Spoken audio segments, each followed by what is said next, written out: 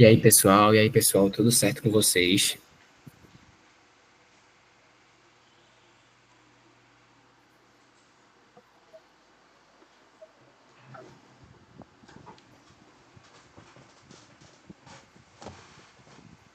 Meu Deus do céu. Minha gente, eu separei umas caixas massa aqui pra gente fazer, beleza? Eu tô só tentando pegar aqui porque, pronto, agora. Tô tentando pegar aqui porque tá meio difícil, mas a gente vai conseguir. Eu tenho fé, a gente consegue. Vamos embora.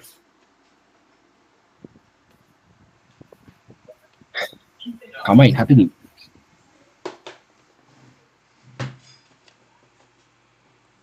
Ô, mãe.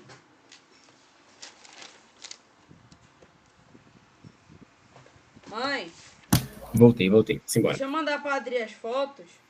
Bem, primeira questão que eu peguei aqui é uma questão que vai. Eu pensei, acho que vai fazer assim, né? A gente começar falando mais sobre a questão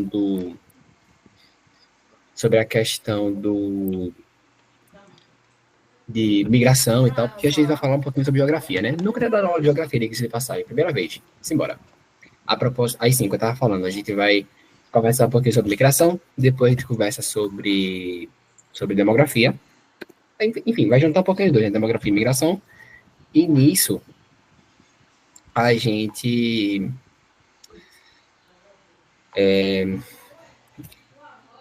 dá uma olhadinha nisso, beleza? Aí é isso. Só isso que tem pra dizer pra vocês bem. Aí eu falei o seguinte, depois eu não consegui achar nenhuma prova antiga de Cristiano sobre isso, infelizmente. Aí, enfim, aí a gente vai pegar essas questões de mim, beleza?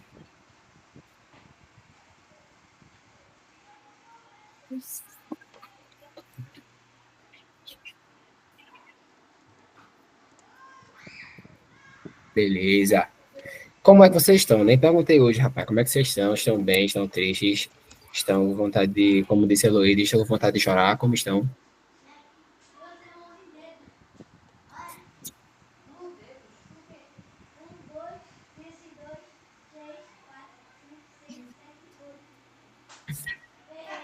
Há quem diga que tá com vontade de chorar, quem diga que tá, enfim, química tá te matando.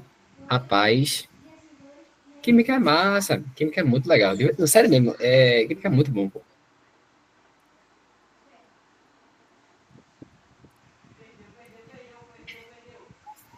Tô só tentando organizar aqui essa questão pra gente poder colocar, beleza? Eu fiz serviço 4 cartas.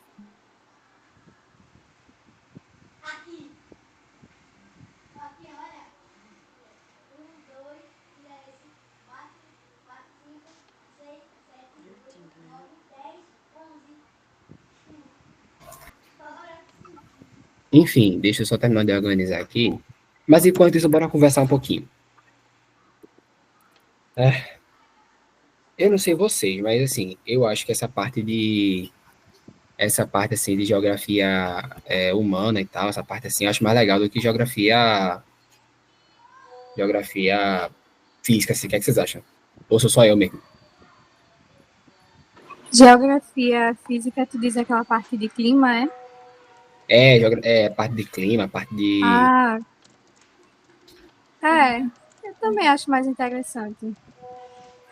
Parte É, humana, né? De fala é, mais migração, essas coisas, isso, as coisas assim, sabe? países. Exatamente, é muito mais legal assim do que essa parte de geografia física. Essa geografia física, minha gente, fica aquele negócio chato, sério mesmo.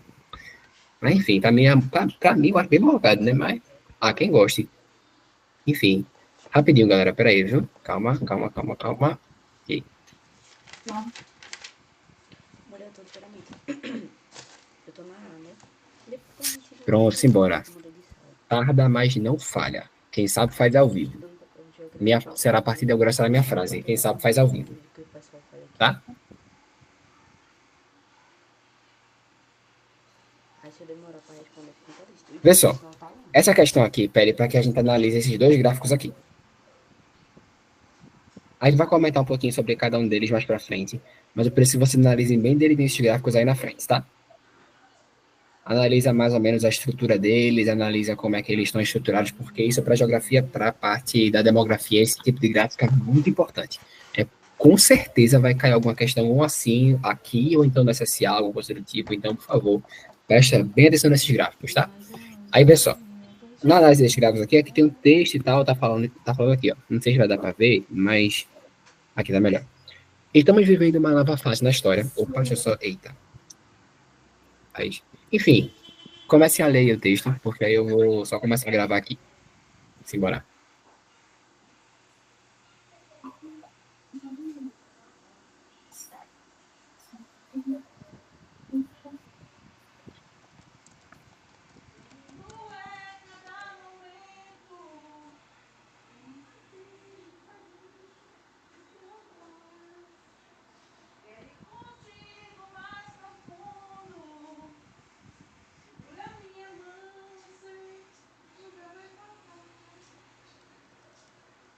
Vai saltar. Cadê esse está? Tá aqui já carregando. Poxa.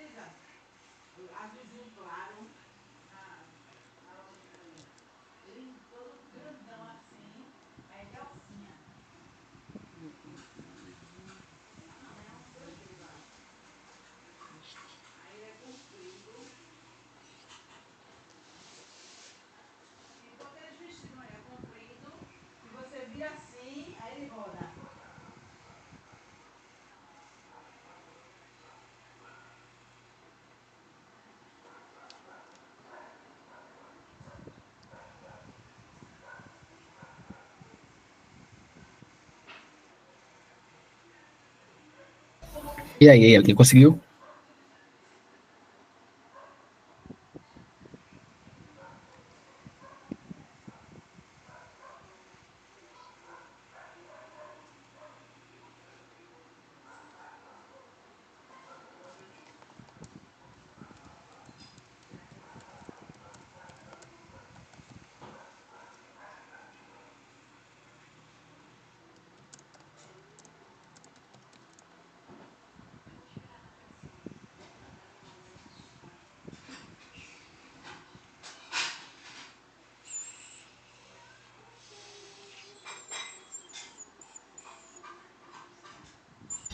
Vê, Heloísa já disse que vai adiar. Alguém aí tem mais alguma ideia?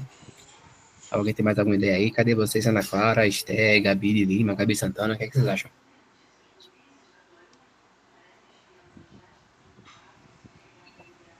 Tô dando uma lida aqui ainda, decisão. Beleza. Juliana disse que vai adiar. E aí?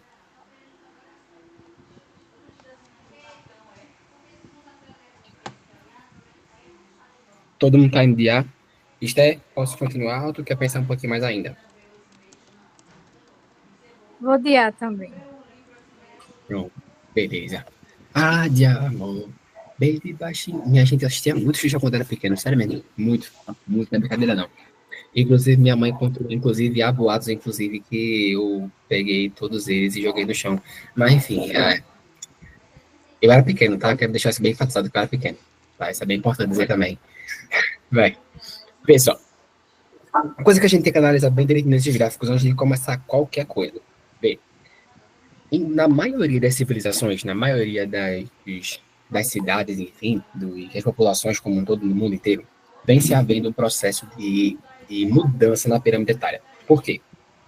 Pela lógica, as pessoas elas vão tendo um casal tem, vamos lá, uma média aí, no caso antigo, né? Tinha 3, 4, 5, até na geração anterior, aí gerações anteriores ainda tinha 12, 13, 14, enfim. Minha bisavó mesmo teve quase 15, se eu não tenho enganado, foi 12, foi 15, alguma coisa assim. Então, assim, era comum que, já que era um casal para ter vários filhos, era muito comum que essa base da pirâmide fosse muito extensa. Fazendo isso aqui, ó. de um topo pequeno e uma base larga. Essa pirâmide aqui é uma pirâmide de um país, uma pirâmide de um país pouco desenvolvido, pirâmide de um país primitivo, digamos assim. A partir daqui, a gente já tem um outro tipo de pirâmide, porque aqui a gente tem ainda uma grande quantidade de adultos, mas a quantidade de crianças é menor que a quantidade de adultos. A quantidade de jovens é menor que a quantidade de adultos. E isso acontece muito em países desenvolvidos ou em desenvolvimento, como o Brasil, por exemplo. Países que estão aí como o Brasil, países que estão como a Europa, por exemplo, estão nesse sentido. São países que caminham para que a pirâmide fique assim, ó. Fique invertida. No lugar de ser um triângulo para baixo, assim, fique um triângulo assim, entende? Então, são países que caminham para isso. Dificilmente chegam, mas são países que se encaminham para esse tipo de coisa, sabe? Aí, vê só. Vamos ver o que a gente consegue pegar das questões. Vê, das garantias. A saúde pública é uma discussão iminente, pois a tendência do aumento do número de idosos nos próximos anos pressionará a demanda dos cuidados, qualidade de vida, tratamento e hospitais. Verdade, galera. O que a gente percebe aqui? Aqui a gente percebe que a quantidade de idosos é muito pequena, ou claro que a quantidade se comparada à quantidade de adultos ou de jovens, por exemplo. Mas se a gente olha para a quantidade de jovens, aqui é muito grande. Agora, compara com essa outra pirâmide aqui.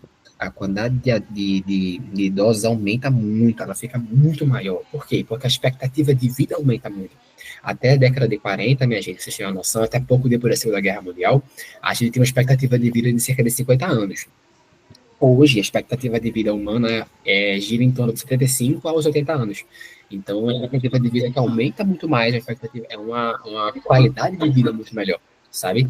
Por mais que hoje a gente tenha aí, sim, casos de pessoas que passam fome, enfim, isso acaba sendo, infelizmente, comum, mas é importante dizer que a quantidade de pessoas doentes diminui muito, a quantidade de pessoas morrendo diminui muito. Então, acaba que esse tipo de gráfico ele representa a sociedade atual, representa uma sociedade em que as pessoas elas morrem menos. Por isso que a gente tem uma alta quantidade de idosos, que por consequência vão demandar uma quantidade de maiores cuidados destinados a essa galera, né? Aí vem letra B. O aspecto triangular da pirâmide etária na projeção para 2020 mostra um decréscimo percentual. Pessoal, o aspecto triangular da pirâmide etária da projeção 2020, minha gente, olha, eu não sei vocês, mas eu não consigo enxergar um triângulo aqui, não. Se alguém conseguir enxergar um triângulo nisso aqui, pode me dizer, porque eu não consigo enxergar um triângulo nisso aí, não. Realmente, porque, caramba, um triângulo aqui eu não consigo enxergar, não, viu? Então, só por isso aqui, não é um aspecto triangular. A gente consegue encontrar aspecto triangular aqui. Aqui a gente consegue encontrar um aspecto triangular, algo que se assemelha ao triângulo. Mas aqui, a característica de uma pirâmide de países desenvolvidos, de países que estão entrando na industrialização, não é uma pirâmide triangular, não. Pelo contrário, é uma pirâmide quase que com uma barriguinha no meio, sabe? Um decréscimo percentual do número de bônus demográfico de homens e mulheres, eu não sei nem o que é bônus demográfico, então não.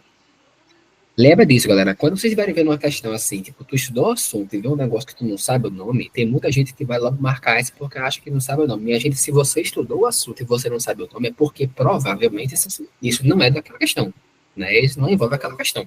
Então, não duvide do seu conhecimento, não. Vá no que você sabe, vá no que você já quer. Não duvide do seu conhecimento, não. Isso é bem importante. Letra C.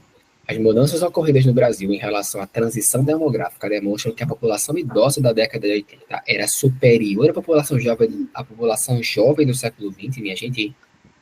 Tá nada não, né? Peraí, calma. A população de idosos maior que a população de jovem também tá nada não. Peraí, calma. Também não é assim não. Se encaminha para isso. É uma coisa que se encaminha para tal. A gente vem se encaminhando para que isso aconteça, mas isso ainda não aconteceu. No dia que isso acontecer, aí sim a gente vai viver perto do apocalipse, mas agora não. Relaxem, respirem, calma. Não é aceitar ainda não. D. As mulheres de 70 anos ou mais em 1980 representavam em média 6 milhões de habitantes, enquanto em 2020 representará em média 2 milhões de habitantes. Minha gente, a quantidade de idosos em 1980 é maior que a quantidade de idosos hoje. Não faz sentido isso não, pô. Pera aí. Não. Letra E, o crescimento vegetativo brasileiro apresentou aumento, já que a parcela significativa de mão de obra feminina foi dispensada, influenciando o aumento do número de crianças de 0 a 4 anos. Isso a letra E está totalmente errada. Está errado do começo ao fim. Totalmente errada. Primeiro que o crescimento vegetativo, que a gente vai ver daqui a pouquinho, ele não aumenta, ele diminui. E segundo, a mão de obra feminina ela vem sendo cada vez mais requisitada justamente porque é uma característica do próprio mercado. Se analisar direitinho assim, a característica do mercado, uma empresa que visa o lucro, uma empresa que visa ter mais funcionários, ela, pela lógica, ela não vai querer, não vai se preocupar com como a pessoa é, ou como a pessoa uma grande empresa, no caso, ela não vai se preocupar sobre quem é, se é uma homem ou uma mulher, não faz sentido para uma empresa isso. Então, ela vai querer sempre estar ali, tendo maior quantidade de funcionários, porque assim ela consegue mais lucro, sabe? Então, é lógico isso. Então, não. A mão da obra feminina, ela não foi dispensada, não, tá? Bem importante isso também. Por isso, a resposta, letra A. Beleza? É isso. Todo mundo entendeu, galera? Todo mundo conseguiu pegar direitinho a ideia?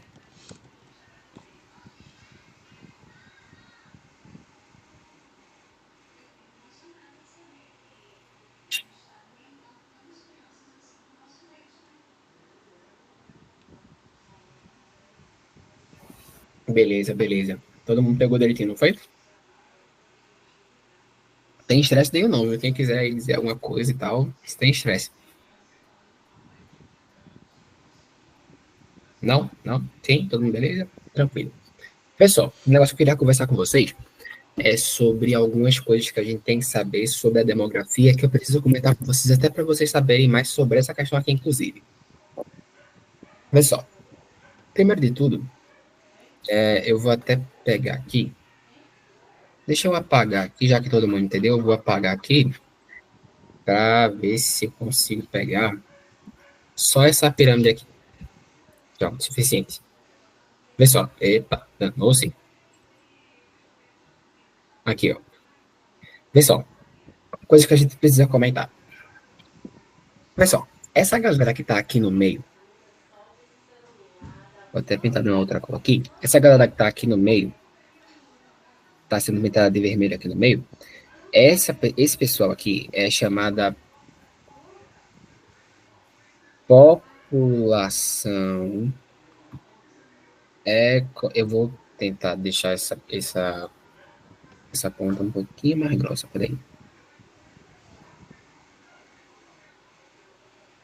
População economicamente ativa.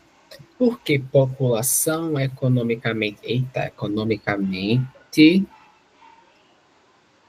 Por que população economicamente ativa? Porque é a galera que trabalha. É a galera que trabalha, a galera que vai estar lá disponível para trabalhar. É a população economicamente ativa, a galera que vai estar para trabalhar. É a galera que vai estar disponível para trabalhar, procurando emprego. Beleza? É esse pessoal aqui que vai estar na faixa dos adultos. Beleza? Pessoal, por que a população economicamente ativa? Esse pessoal aqui é a galera que o governo quer. Porque, sendo sincero, sendo assim, bem de boa mesmo, a galera de cima e a galera de baixo só dá prejuízo. Para o governo é assim que funciona. A galera de cima e a galera de baixo dá prejuízo para o governo. A galera do meio dá lucro. Tá? Funciona assim. A galera de cima e de baixo dá prejuízo, do meio dá lucro. Beleza? É assim que funciona. Então, assim, para o governo vai sempre querer aumentar essa galera aqui. A população economicamente ativa vai sempre ser a população mais visada pelo governo, porque o governo precisa de dinheiro para trabalhar. Se ninguém trabalha, não tem renda, o governo fale. Então a gente precisa de mais gente para trabalhar. Beleza? Isso é bem importante também. Outra coisa que a gente precisa comentar é acerca de taxa de natalidade, de fecundidade e crescimento vegetativo. Vê só. taxa de Eita misericórdia, meu Deus. Taxa de natalidade. Bem, taxa de natalidade é a quantidade de filhos por mulher. É a quantidade de filhos que uma mulher pode ter. Então, assim, em determinado país, a quantidade de filhos que nascem, digamos assim, tá? Em determinado país nascem tantas pessoas, nasceram tantas pessoas. Tipo assim, no Brasil, nesse dia, vamos chutar um número aqui, nasceram, sei lá, 50 mil pessoas. Aí, chute aleatório. 50 mil pessoas. Tá? Então, assim, vamos dizer aí que nasceram 50 mil pessoas. Aí vão fazer lá um esquema e vão dizer, olha, tem uma quantidade de 2 filhos a cada tantas pessoas, sabe? Isso aí é um esquema que vai indicar taxa de natalidade, beleza? Essa daí é a taxa de natalidade. A taxa de mortalidade é algo bem sugestivo. Taxa de mortalidade é a quantidade de pessoas que morrem. É a quantidade de pessoas que morrem. E geralmente esse número, assim, essas taxas, elas são calculadas a cada 1.000 habitantes. Tipo, eu tenho no Brasil, sei lá, nasceram 100 mil pessoas. Nasceram 100 mil pessoas. Aí eu vou fazer uma expectativa baseada nisso e dizer assim, olha, nasceram, sei lá, um chute aqui, nasceram a cada 1.000 pessoas, nasceram, sei lá, 100, sabe? Nasceram 100, vamos dizer assim. Sabe? Então, esse tipo de coisa é feito mais ou menos assim. Beleza?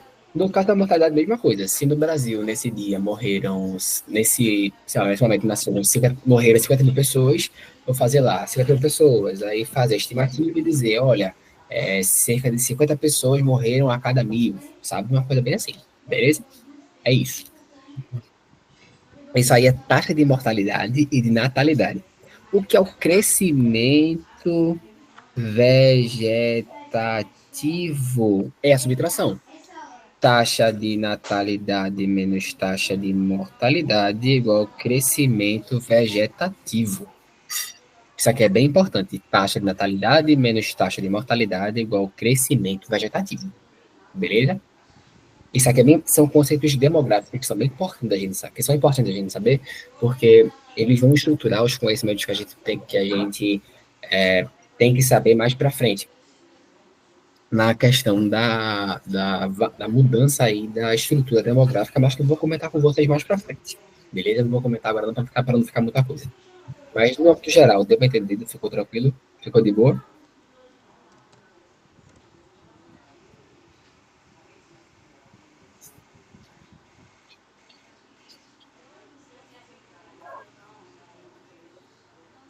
Sim, sim. E aí, Juliana, Ana Clara, Luísa, Esté, tudo certo? Certinho, certinho? Gabi, rapaz, cadê tu? Tu não falasse ainda.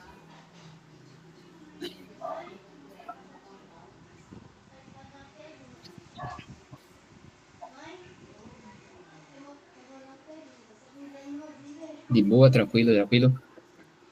Tranquilo, beleza. Simbora. Questãozinha bem tranquila, bem de boa, que deu pra gente conversar um bocado. Vamos embora.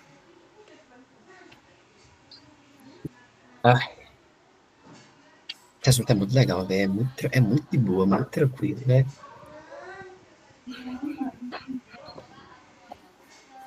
Aí fica a pergunta: supera a biologia? Não. Mesmo assim é legal. Mas tu só fala isso. Sim, claro que eu só falo isso. Biologia é a melhor matéria, né? Não tem conversa. Biologia é a melhor matéria, ponto final. Mas geografia é legalzinho também. É bonzinho também.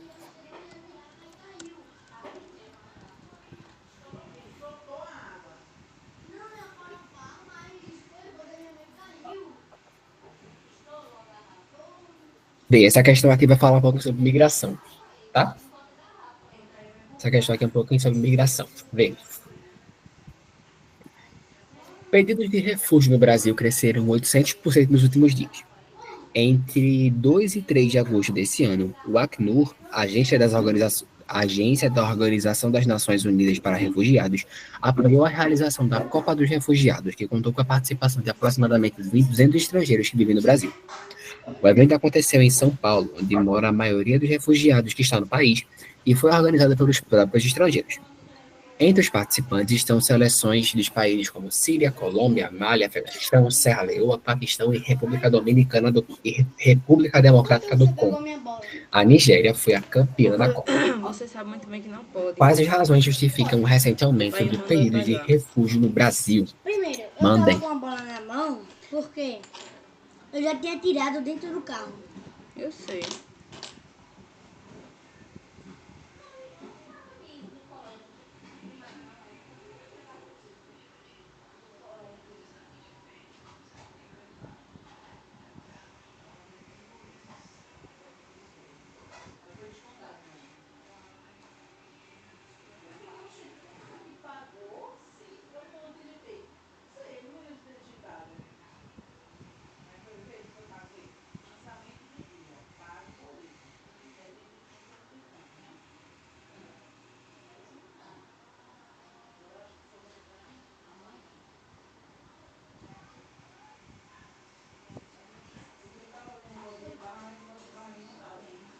E a bola tá onde?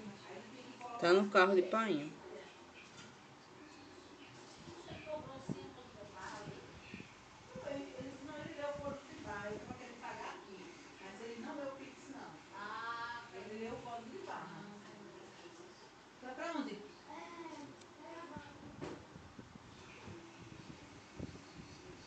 Ai!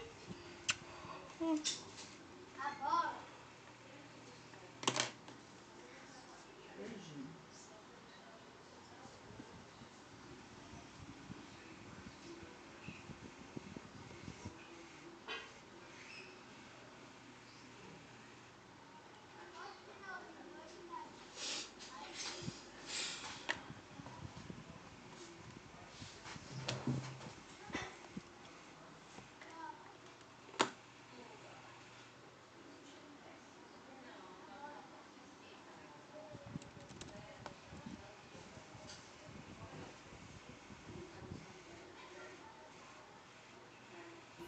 Todo mundo vai de D, todo mundo vai de D mesmo?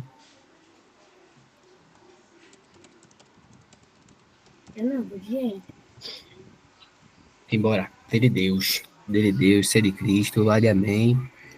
B de quê? B de... Enfim, não sei. B de bênção, boa, B de bênção, verdade. B de bênção e é de Espírito Santo, simbora. Isso aí. Pronto. Vê só. Mas pra gente não precisar fazer isso na hora do Enem, nem na hora do SSA, vamos fazer assim. Bora tentar estudar. Vê. Letra A. A esperança de oportunidades no destaque esportivo no futebol. Vê só. Destaque esportivo do futebol. Olha, eu não sou a pessoa que mais. Eu devo confessar a vocês aqui, vou até fazer uma confissão a vocês aqui. Eu não sou a pessoa que mais acompanha futebol, não, sabe? Não sou a pessoa que mais acompanha futebol, não. Mas assim, a gente sabe que o Brasil, ele tem um histórico de ser excelente em futebol, né? O que acontece? A nossa excelência no futebol, ela não tem tanto a ver com a questão migratória, tá certo? Apesar do Brasil ser um atrativo na questão do futebol, mas ela não é um grande fator de atrativo para migração, porque sinceramente se fosse eu assim não pretendo ir para um lugar porque lá tem futebol melhor que aqui, não, sabe? Não acho que seria um lugar, não acho que seria muito interessante, não. Enfim. Não. Letra B. A fuga em massa do continente africano em função do vírus Ebola. Cara, ele fala aqui, por exemplo, da Síria, Colômbia, Mali, Afeganistão, Serra Leoa, Paquistão. Cara, eu não lembro, realmente Serra Leoa, não me lembro qual onde é.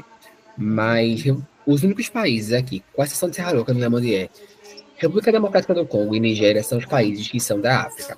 Os demais, assim, não é por isso, tá? Letra C. A manutenção dos conflitos na Guerra Fria que forçam a saída da população. Não, também não. Guerra Fria acabou em 91, 89, 91, enfim, depende aí do ponto de referência.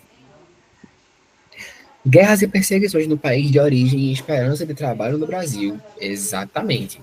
Vê, se você comparar com países como Síria, como Venezuela, como Colômbia, como Bolívia, como, enfim, de países desse sentido, países com essa estrutura, são países que na América do Sul não tem tanto, mas, por exemplo, na Síria, Paquistão, são países que vivem constante guerra, são países que vivem guerra civil e guerras entre si também, perseguições desses países de origem, enfim, judeus, islâmicos, cristãos, enfim, vêm muito refugiados para cá, visando essa segurança, visando essa esperança de trabalho que tem aqui no Brasil também.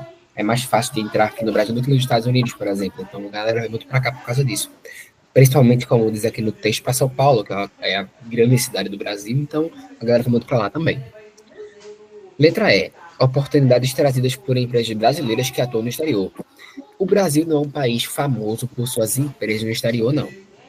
Os Estados Unidos tem a Apple, tem a Microsoft, a China tem a Chery, que está chegando agora com os carros, tem a Xiaomi, a Coreia tem a Hyundai, enfim, são empresas que têm essas grandes empresas assim, que atuam no mundo inteiro, mas o Brasil não é famoso por essas empresas, sabe? A gente não tem essas empresas assim, grandes empresas que atuam no mundo inteiro, sabe? Então, não, também não é por isso.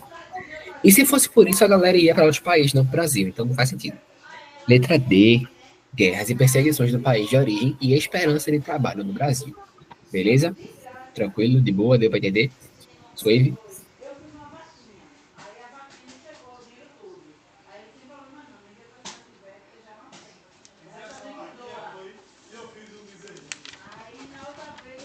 João, tu poderia repetir, por favor? Tipo, repetir um pouquinho o sentido do porquê essa letra? Desculpa, eu não consegui pegar muito bem essa parte. Não, não, tranquilo. De boa, de boa.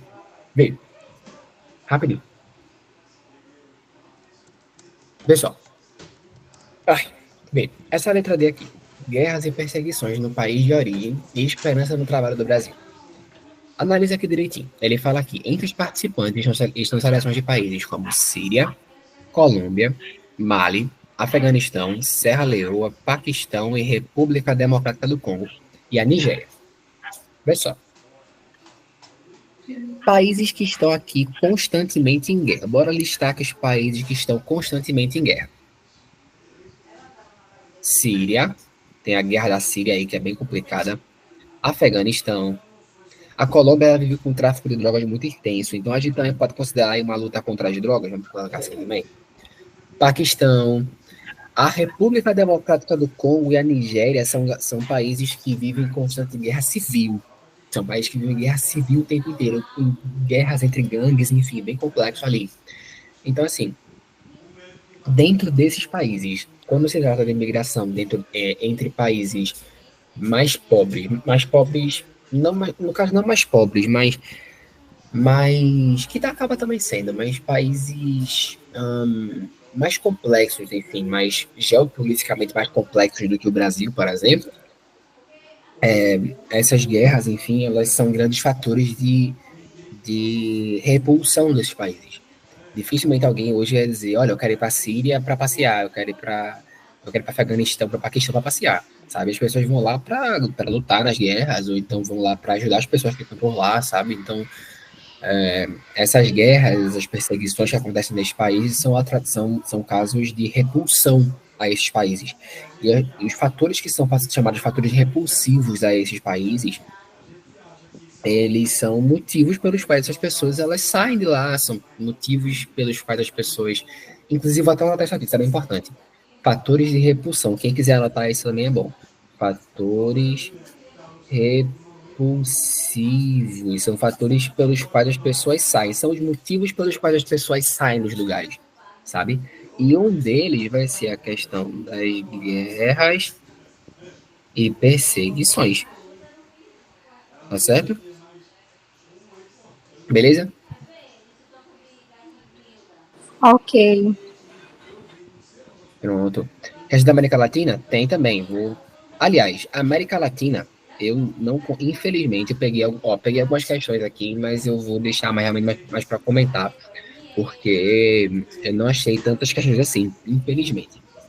Infelizmente, eu não consegui achar tantas questões legais assim pra gente comentar, porque eu realmente não me recordo como é que Cristiano cobrava esse tipo de coisa. Então, sim, eu tento sempre trazer questões que podem ou cair na. Basicamente, sim. Venezuela, México, Argentina, e pelo que me disseram, também a parte do Brasil, porque no dia que ele terminou esse assunto eu faltei.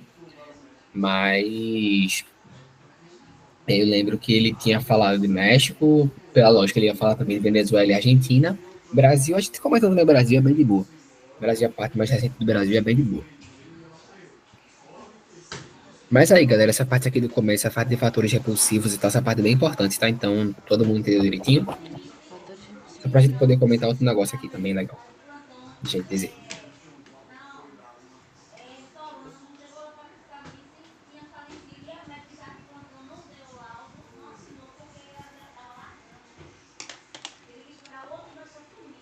Todo mundo entendeu direitinho, galera?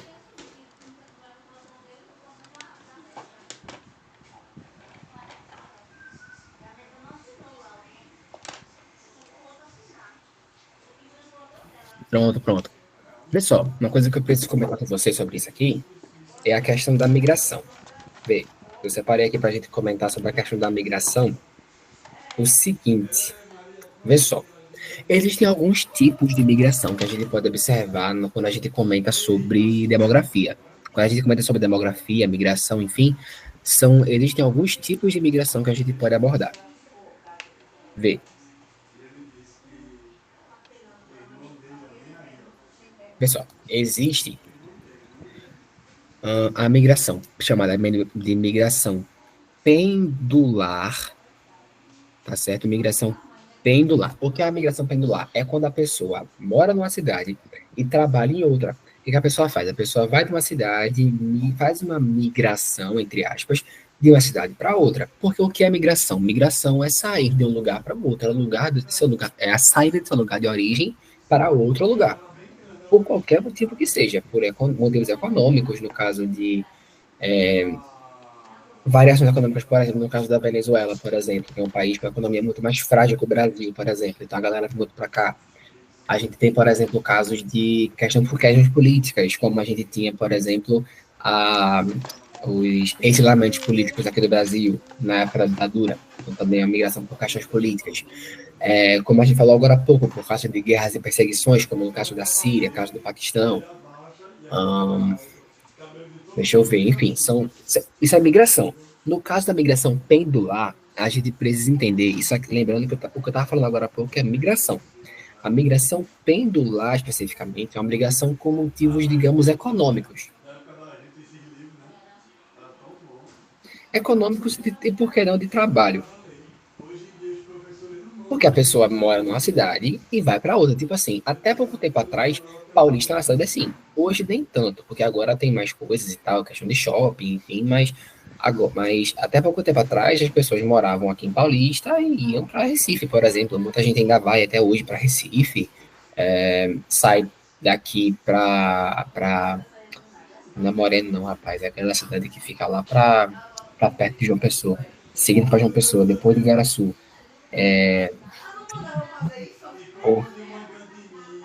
Oh, meu Deus, esqueci o nome, mas enfim. E cidades de dormitório, são as cidades que a gente fica para dormir, cidade de dormitório, como o Gabi falou aqui, e que a gente vai, e que no dia de manhã, assim, de manhã cedo, vai todo mundo para outra cidade, uma cidade mais longe, digamos assim, para trabalhar, sabe? Isso aí são as questões da cidade de dormitório que envolve aí a migração pendular, beleza? Bem importante saber isso também.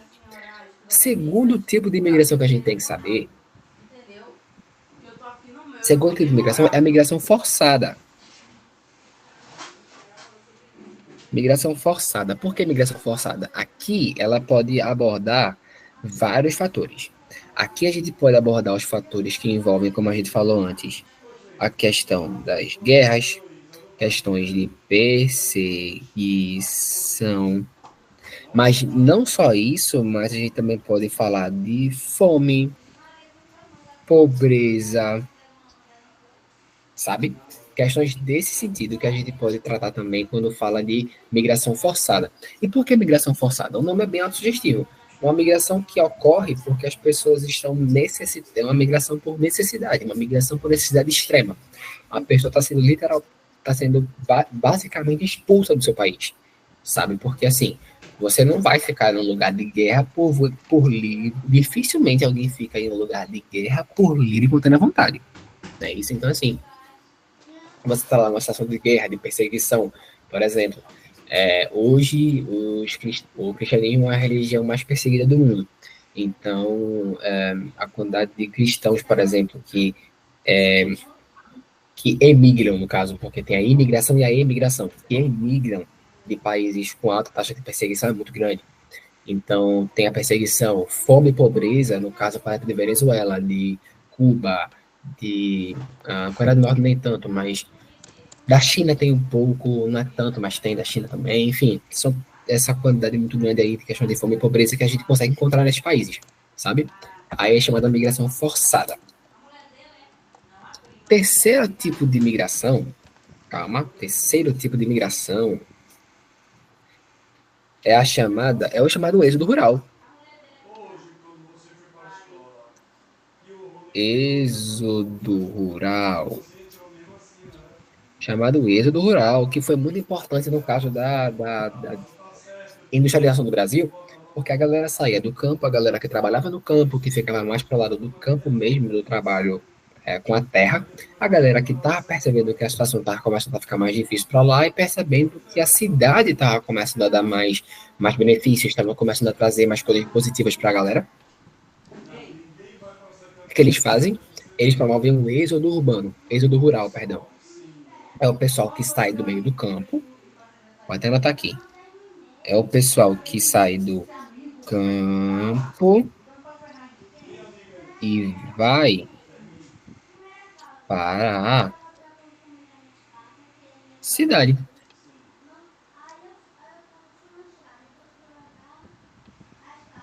Migração campo-cidade, tá certo? É o processo aí que, inclusive, foi muito importante, como eu estava dizendo agora há pouco, para a questão da industrialização do Brasil, beleza? Pode acontecer o contrário também? Pode, mas é bem mais difícil. Bem mais difícil acontecer o contrário, porque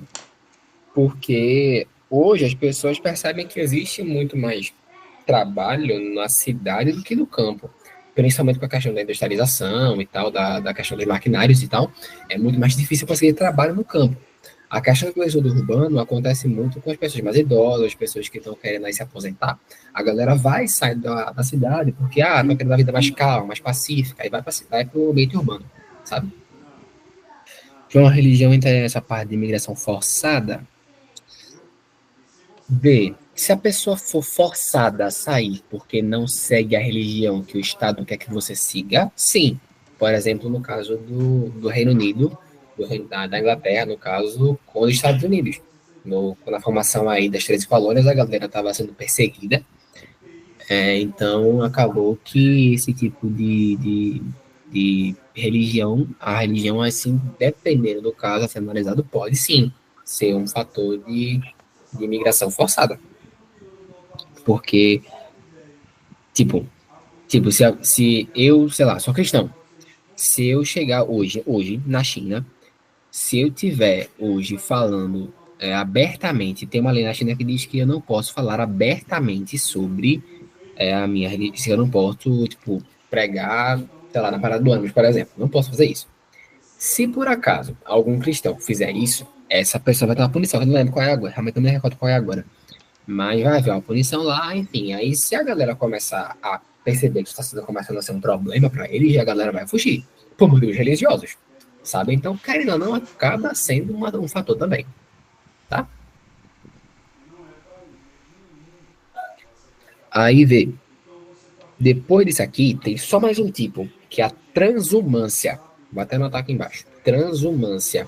É parecido com o êxodo rural, mas é parecido, mas é diferente. É igual, mas é diferente. Mentira, não é nada de igual, não. Vê. Quarto. Transumância. Transumância. O que é transumância? É a galera que ela vai que fica no lugar para trabalhar e daqui a pouco vai para outro. E fica nessa de cidade, campo, cidade, campo, cidade, campo, com muita frequência. Aí, o que a gente pode dar como exemplo? A galera que corta cana. O Cristiano estava falando isso, inclusive, na aula, que foi o seguinte. A galera que corta cana, aqui perto de Garaçu, por exemplo, que fica aqui mais por perto, né? Fica cortando cana na época da cana em si, a galera vai lá e corta. Quando termina a safra, a galera vai para Garanhuns, vai lá para Garanhuns, vai lá para aquela parte mais do interior de Pernambuco, da Bahia também, porque lá, nessa época que está acabando a cana, está começando a safra de uva por lá. O que a galera faz? Sai daqui, vai para lá, para a parte mais rural e tal, vai para essa parte, porque ela está começando o plantio ou a colheita de uva. Quando acaba a colheita de uva lá, começa a colheita de cana aqui. E fica nesse ciclo, sabe? Essa questão desse ciclo entre uma cidade e outra, visando questões de trabalho, visando questões de eita, são migrações, são, digamos, êxodos rurais temporários, digamos assim, sabe? Beleza? Beleza? Deu para entender? Esses aí são os tipos aí de migração que a gente tem que saber. Todo mundo entendeu?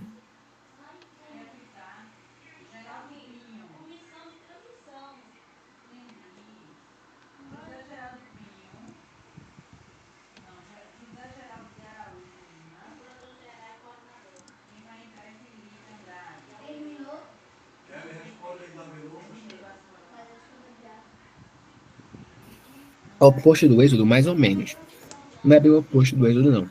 Tipo, no caso do êxodo rural, a pessoa vai de um lugar para o outro porque precisa de trabalho e tal. No caso da transumância, é mais ou menos isso, só com a diferença de que é temporário. A galera que saía, vou dar um exemplo aqui, minha bisavó, ela nasceu, salvo engano, em João Pessoa, eu acho, região, enfim, mas uma região mais rural, ali da Paraíba. Ela percebeu que estava começando a ficar mais difícil a vida do campo lá e tal. E quando vai para. Percebeu que estava precisando de uma questão financeira melhor e tal, então chegou aqui para Paulista, Recife, então ficou mais por aqui, sabe? Então, essa é a questão de êxodo rural. Mas também não é algo diário. Não, não é diário, não. Não é algo diário. Diário seria se fosse a migração pendular. Migração pendular é diária. A transumância é uma coisa mais, digamos. Nossa, como é que eu vou explicar? É uma coisa mais cíclica. Cíclica. É por época, digamos assim. É por época, sabe? Tipo, tem uma época que eu tô por aqui, outra época que eu tô por lá, sabe? É uma coisa mais por época, cíclica, sabe? O êxodo rural é diferente porque ele é quase que permanente. No caso da migração pendular, ela vai ser algo que vai diariamente, como tu falou agora. Beleza? Aí, beleza? Tranquilo? De boa? Foi?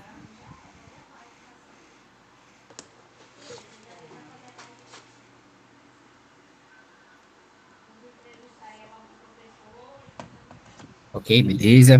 Beleza. E aí, Esté, Luísa, Ana Clara, como estão? Pierre, Juliana, tudo certo? Deu tempo de vocês anotarem, galera. Quem quiser anotar aí, conseguir anotar direitinho, tirou print, alguma coisa do tipo. Alguém quer que tirar print, alguma coisa do tipo?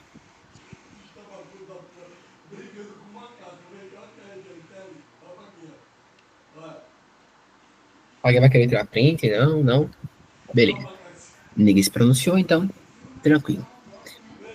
Pessoal, eu vou tentar acelerar aqui para não ficar demorando muito também para vocês conseguirem descansar.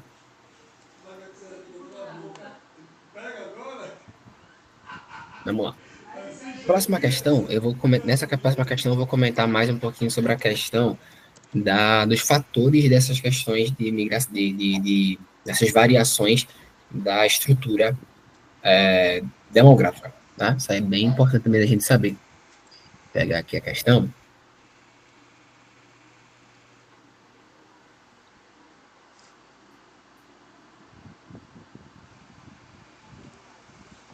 Ah, não, não é essa aqui não, é outra, mas enfim.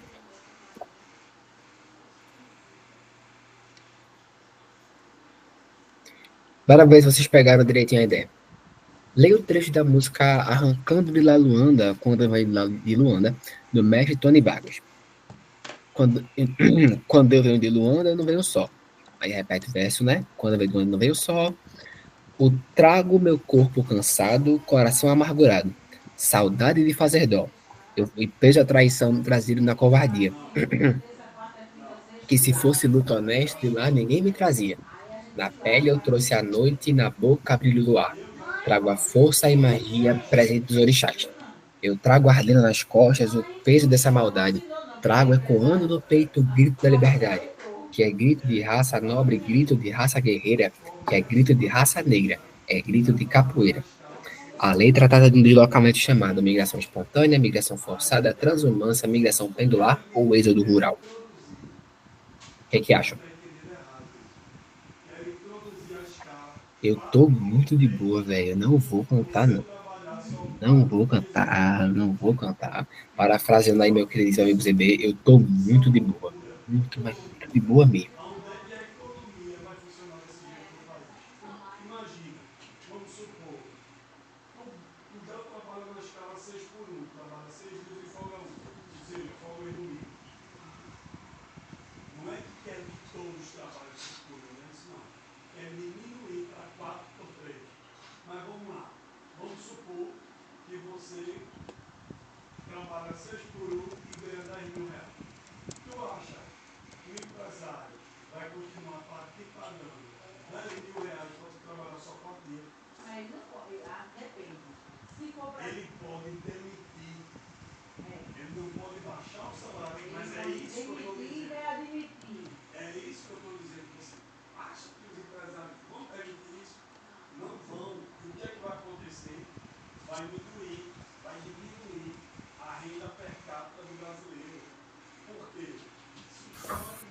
Todo mundo vai de B?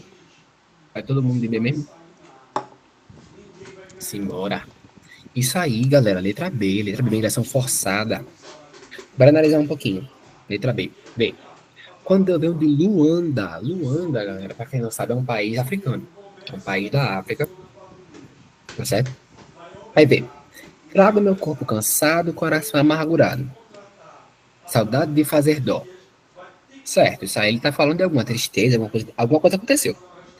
Eu fui preso à traição, trazido na covardia, que se fosse luta honesta, de lá ninguém me trazia. Na pele eu trouxe a noite da boca, brilho do ar, trago a força e magia presente dos orixás. Vê, se fosse luta honesta, presta atenção nesses dois versos aqui. Eu fui preso à traição, trazido na covardia, que se fosse luta honesta, ninguém de lá me trazia. E a gente ele tá narrando uma guerra, tá narrando uma perseguição, tá narrando alguma coisa do tipo. Alguma coisa muito grave aconteceu ali. Eu trago ardeiro nas costas o peso dessa maldade. Trago ecoando no peito o grito de liberdade. Isso aqui também é um caso, tá acontecendo alguma coisa aí, alguma coisa muito séria, tanto é que ele fala aí, trago ardendo nas costas o peso dessa maldade. Aconteceu alguma maldade, aconteceu algum problema lá. Percebe que ele tá dizendo que ele saiu de Luanda, ele veio de Luanda para cá por alguma razão, aconteceu algum problema, aconteceu alguma maldade, alguma coisa, provavelmente alguma guerra, alguma perseguição nesse sentido. Então, sempre que tiver alguma coisa voltada à perseguição, uma coisa que force a sair de onde você está, vai ser uma migração forçada. Beleza? Êxodo rural, não, ele não fala em nenhum momento aí sobre questões rurais. Migração pendular, não, porque não é para trabalho. Transumância também não tem nem, não, ele não mostra aí alguém dizendo que vai voltar, alguma coisa do tipo, então também não. Migração espontânea é algo que acontece naturalmente. Espontâneo, galera, é algo que acontece naturalmente. E não é natural. Ele não tá dizendo aí que é natural, que é porque ele quis. Não é por causa disso. É porque ele foi forçado. Ele tá dizendo aí que aconteceu alguma coisa, aconteceu alguma guerra, alguma perseguição, sabe? Beleza? Tranquilo, de boa, deu pra entender, né? Essa aí foi bem tranquila. Mas todo mundo entendeu direitinho? Se tiver alguma dúvida, galera, pode dizer. Não tenha medo, não. Sem estresse. De verdade.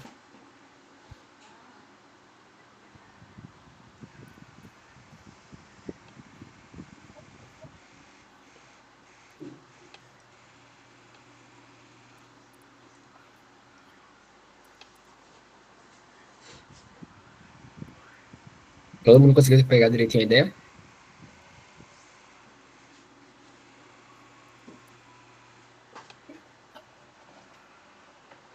Tranquilo, tranquilo, de boa, tranquilo. Simbora. Beleza. Bem, deixa eu ver se tá faltando mais alguma coisa pra gente comentar. Sim. Isso aqui eu não vou pegar a questão não, pra gente partir logo pra política da América. Pra falar sobre isso aqui bem rapidinho, porque isso aqui é mais os fatores que vão tratar da mudança da estrutura. Vocês lembram daquela primeira questão que a gente falou sobre como a pirâmide ela tá saindo isso aqui para isso aqui?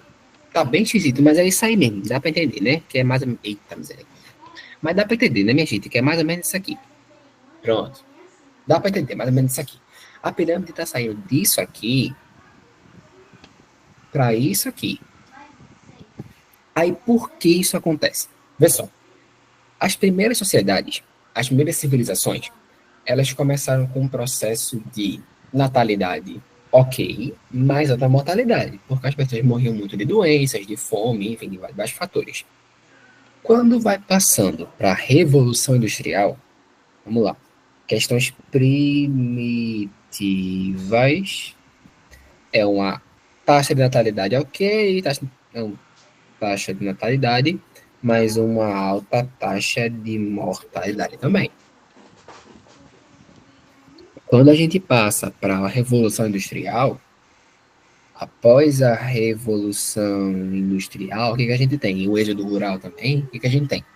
A gente tem que a taxa de natalidade continua alta, só que aí a taxa de mortalidade diminui.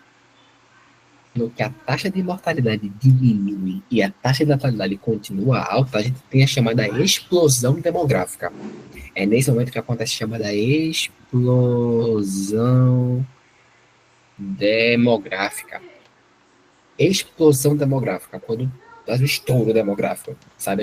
A população começa a crescer vertiginosamente, aumenta muito, muito, muito, muito, muito.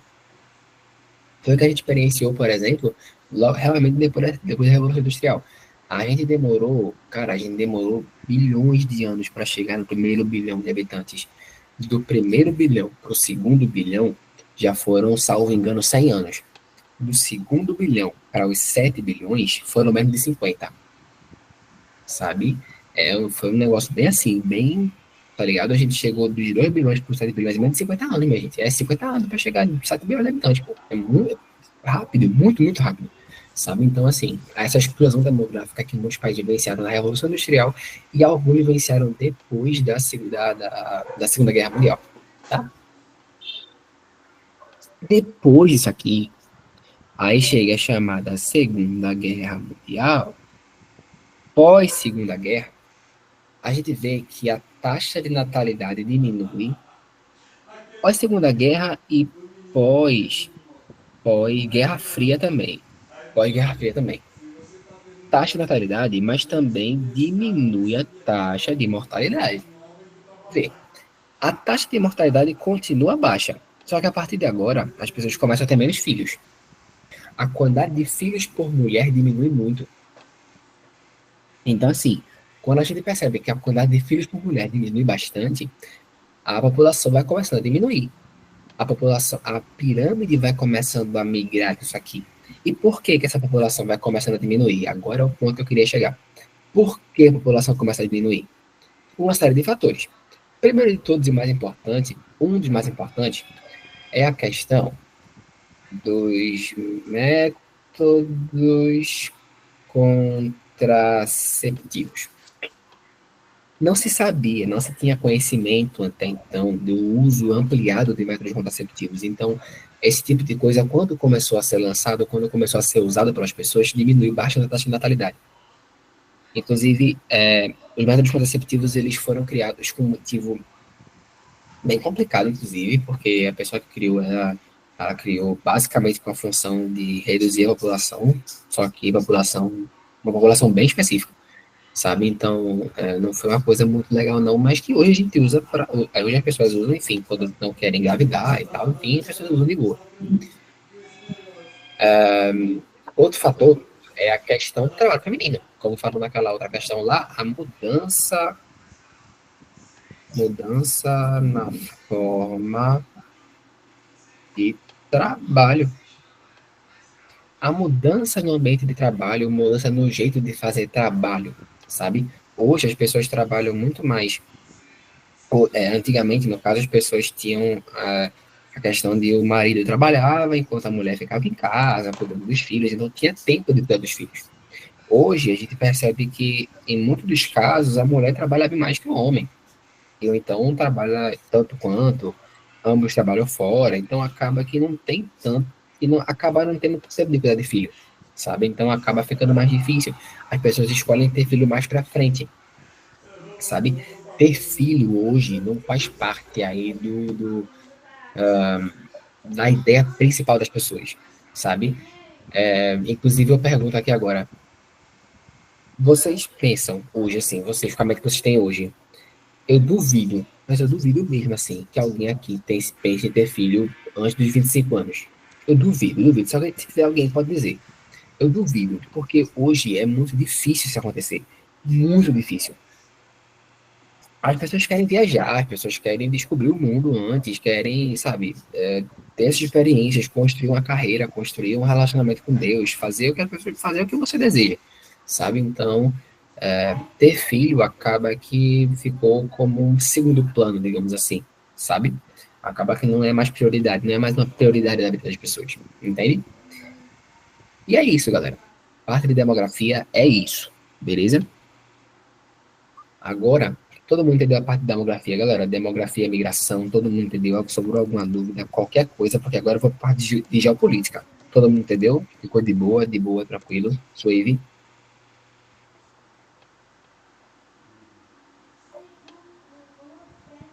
Ficou mel? E aí, todo mundo conseguiu entender direitinho?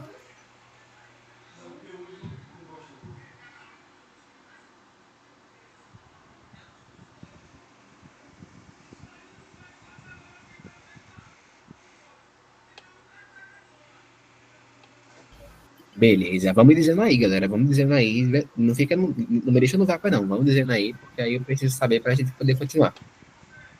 Vê. O que, é que a gente faz agora? Então, vamos embora para geopolítica. Ê, geopolítica! Uhul! Eita, a Luísa tá gravando isso, né? Droga. A Luísa gravando, meu Deus do céu. Ai, ai.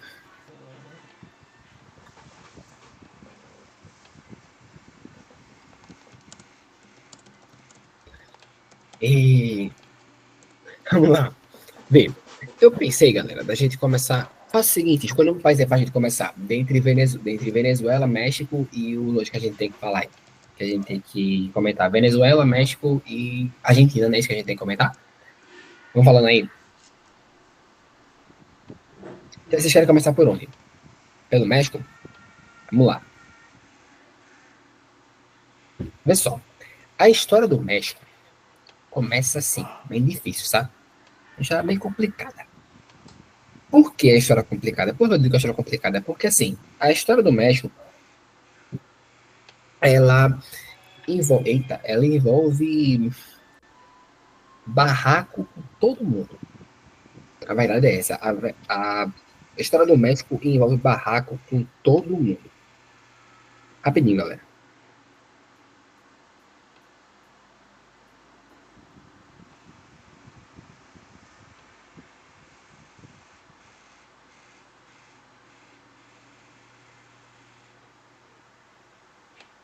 Vê só. Pronto, voltei. Vem. O que a gente tem que saber do México? O México, ele tem uma história que envolve muito tempo. Ela tem aí o começo com a questão dos astecas, enfim, o começo aí que envolve astecas, envolve maias. Não é isso? Isso aí desde o começo, lá no começo mesmo, lá em 1300 alguma coisa, 1200. Só que assim, quando chega lá os europeus, quando chega,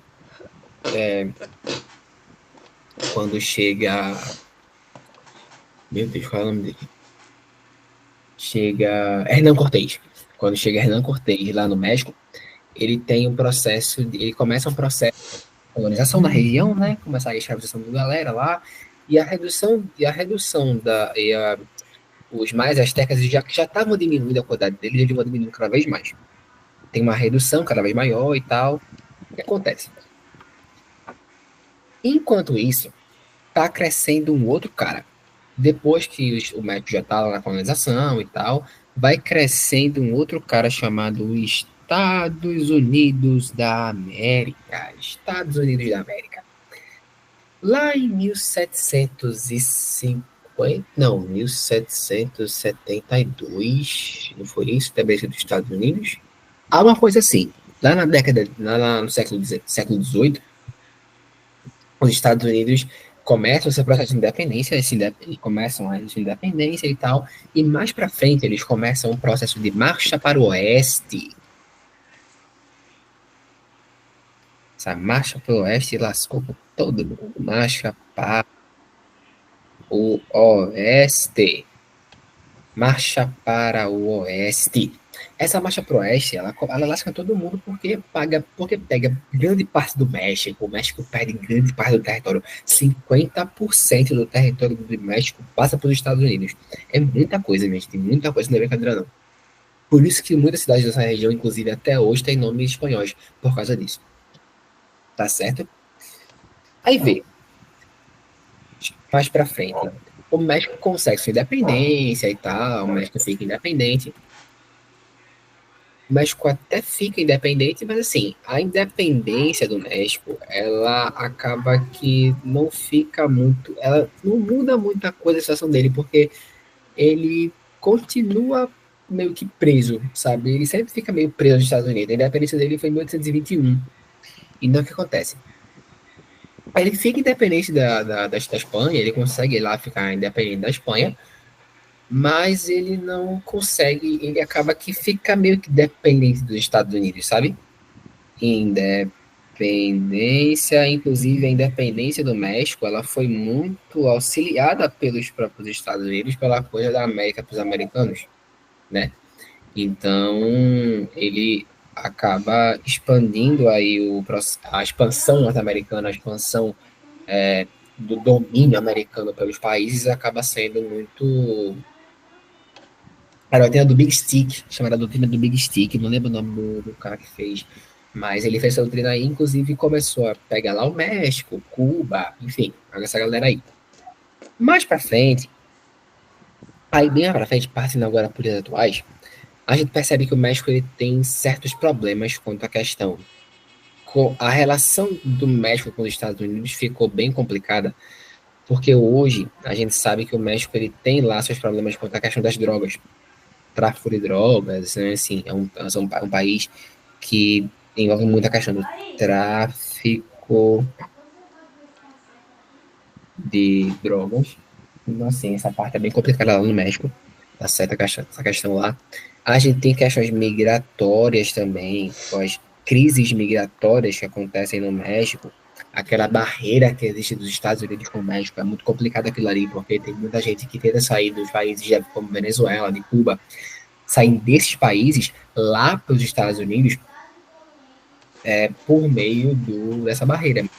E aí tem uma galera que é, digamos, especializada nisso, digamos assim, sabe? Então, aqui tem uma galera que, digamos, é especializada nisso, então aí vai, chama a galera, junta todo mundo lá, muita gente acaba morta, inclusive aquela parte que fica lá, a transição entre os Estados Unidos e o México é um deserto. Então, a parte lá do Texas, a parte mais rural, digamos assim, do Texas, então acaba que é bem complicado também passar por ali, porque é um deserto. Então, é muito quente, tem muita gente que morre no caminho, inclusive tem uma brasileira que morreu, se eu não me engano. Então, assim, é bem, bem difícil mesmo aquela parte da questão migratórias. Hoje, o México, ele faz parte de uma união do México, Canadá e Estados Unidos, que antes já se chamou NAFTA. Hoje, o nome mais correto é USMCA, que é Estados Unidos, México e Canadá. É uma galera que se junta, porque assim, os Estados Unidos eles querem mais parceiros comerciais. O que é que eles fazem? Eles fazem com que tanto o México quanto o Canadá eles possam ter passagem de produtos. Lembra disso, passagem de produtos, circulação de mercadorias entre o México e o Canadá para os Estados Unidos, porque tanto quanto produzem certas coisas, que se tiverem livre passagem pelos Estados Unidos é mais fácil. O que ele faz? Ele libera a passagem lá para o México, do México, Canadá, para os Estados Unidos, para que eles consigam aí ter maior comércio entre eles também. Beleza? Mas lembra que é passagem de mercadoria, não é de pessoas, não, é de mercadorias. Lembra disso. Bem importante também. Aí tem a questão de drogas, questão de corrupção também, um governo que infelizmente aí vive de corrupção, tá certo? É bem complicada essa questão da corrupção também. Aí vê, parte do México é isso, questões aí mais complexas do México é isso, tá certo? Próximo país que a gente tem que comentar, aí beleza, essa parte do México ficou de boa, não foi? Parte do México aqui, essa parte do México é bem tranquila. Isso, o México em si ele é bem montanhoso. Sim, então, pronto, geologia também é importante, vê. A parte de geologia, o México ele é em si bastante montanhoso. Bastante montanhoso. Então, cadeias de montanhas. Por que isso é importante saber? Porque é difícil você ter uma grande quantidade de pessoas perto de cadeia de montanha. Então, as pessoas elas vão querer sempre estar mais perto de mar, mais perto de solo, a nível do mar, digamos assim. Tanto é, por exemplo, que a densidade demográfica de Recife é muito grande. A densidade demográfica de países, de lugares. Tanto é, por exemplo, mais antigamente, no caso, né, era muito mais comum você ter em lugares que eram montanhosos, você ter pessoas mais próximas, cada vez mais próximas ao lugar do mar, a perto do mar. Porque, por razões óbvias, né, a questão de montanhas aí é mais perigoso, mais difícil de escalar, mais rarefeito, enfim. Então, assim, o México ele tem uma densidade populacional muito grande na questão das praias. Então, por exemplo, aquela parte de Cancún, que é lindíssimo, assim, a parte de Cancún e tal, mas se eu não estou enganado, o Cancún também é um paraíso fiscal, eu acho, né? Essa parte realmente é um achismo meu, mas se eu não estou enganado, é. Inclusive porque a galera quer muito ir para lá, enfim, mandar dinheiro para lá, enfim, questão de paraísos fiscais. Enfim, é um país montanhoso, tem lá suas praias, mas é mais na parte do Pacífico, do Atlântico, perdão, o Pacífico ali fica, inclusive o México, ele fica no chamado Círculo de Fogo. Círculo de Fogo do Pacífico. Círculo de Fogo do Pacífico, tá? Então, assim, essa parte aí também é perigosa na questão de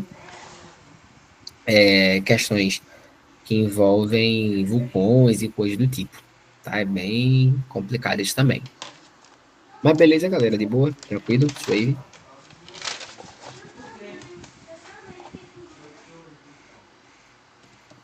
Meu Deus, não dá nem 100% esse zoom. Meu Deus. Ah, por isso tava tão fino. Tá achando estranho. Mas enfim, galera, todo mundo entendeu?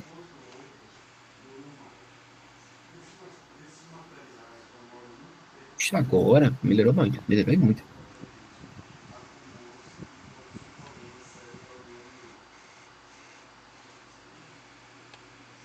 Sim, sim, também.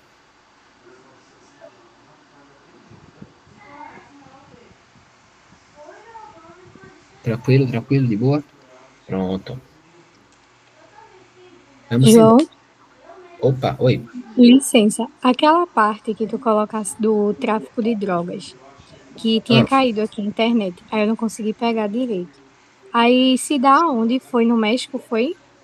isso, estudando. Eu vou fazer o seguinte, eu vou reduzir a ampliação que eu fiz aqui para tu poder ver. Deixa eu reduzir a ampliação aqui, porque qualquer coisa tu já tira print. Tá certo, obrigada. Nada, peraí. Só tá meio fininho porque não sabia que tava nesse zoom todinho. Tá nesse zoom muito grande, enfim. Mas acontece. Tá aqui, ó. Se ficar muito fininho, depois eu te mando de novo. Vai ficar bem ruim de enxergar, mas Aqui, tira pra isso aqui depois te mostro.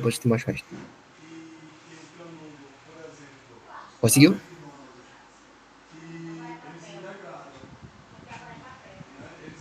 Consegui. Uhum. Pronto, aí. Tenta ver essa parte aqui agora, porque aqui é ciclo de fogo do Pacífico. Aí tenta ver essa parte aqui agora.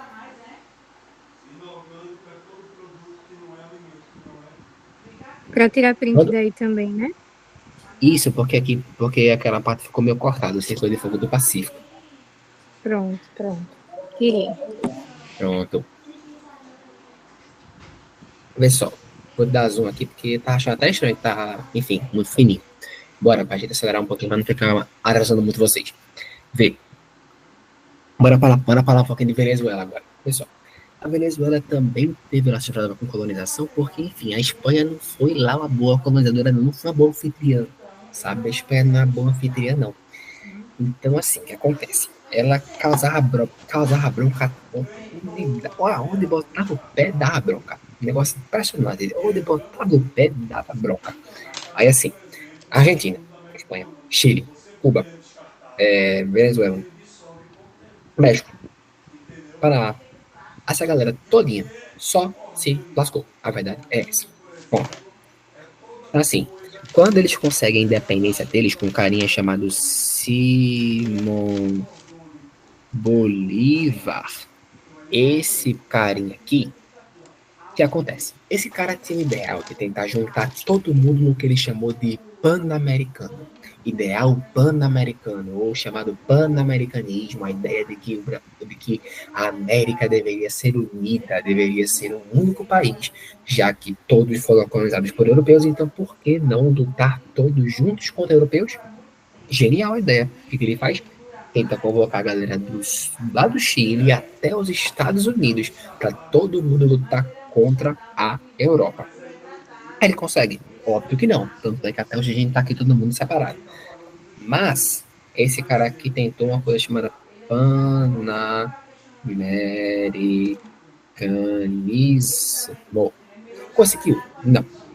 Isso é bem triste, mas não, ele não conseguiu, infelizmente. Aí, vê só, esse pan-americanismo não deu certo.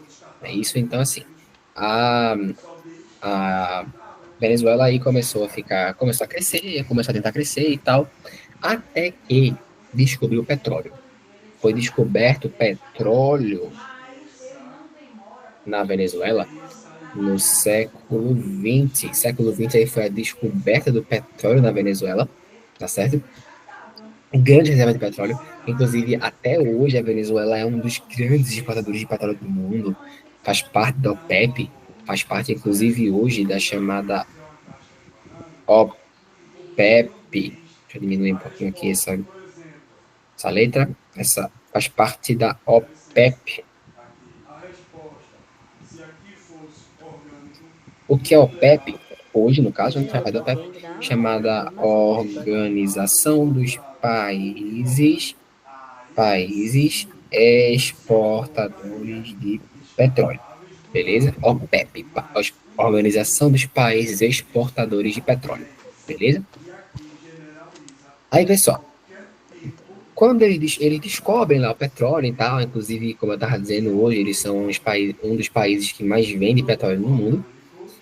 Eles descobrem o petróleo e tal, até então, tudo maravilhoso. O que acontece? Mas aí começa uma... Só que assim, o petróleo ele oscila muito. O petróleo ele tem lá seus problemas porque ele oscila muito. Então, essa oscilação